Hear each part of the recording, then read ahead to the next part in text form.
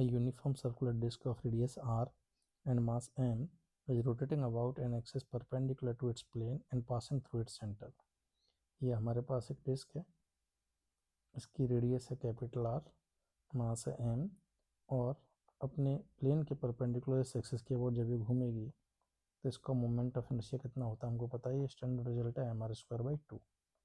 और सवाल ने क्या बोला है, a small circular part of radius r/2 is removed from the original disk as in the figure.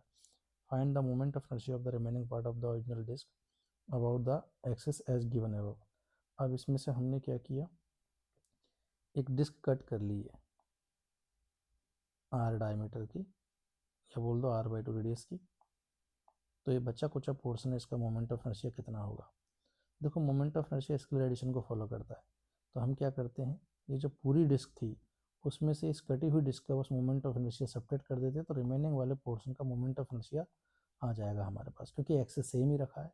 तो मैं इस कटे हुए पार्ट का मोमेंट ऑफ इनर्शिया निकाल लेता हूँ बस इस एक्सिस के अबाउट, जो कि सेंटर सी से प्लेन के परपेंडिकुलर है।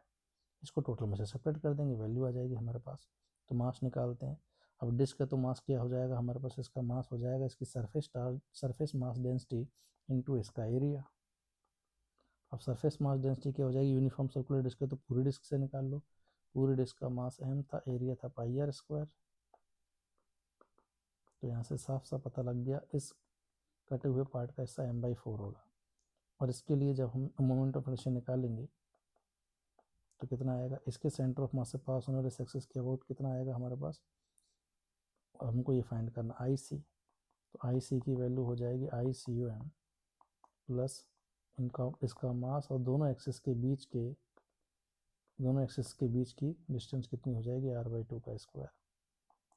तो कटे हुए पार्ट का जो सेंटर ऑफ मास है वो कितना, कटे हुए पार्ट का मोमेंट ऑफ इनर्शिया कितना आएगा, I about the centre of मास तो आएगा इसका मास रेडियस का square by 2 plus parallel axis theorem से ये वैल्यू ओवर ऐड हो जाएगी हमारे पास। तो ये कितना हो गया, ये आ गया mr² बाई 32 प्लस mr²/16।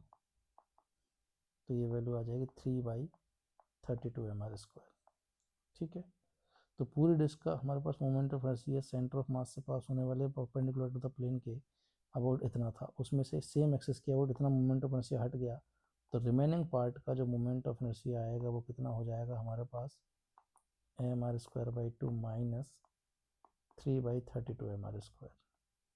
तो ये वैल्यू कितनी आ जाएगी, 13/32 mr²।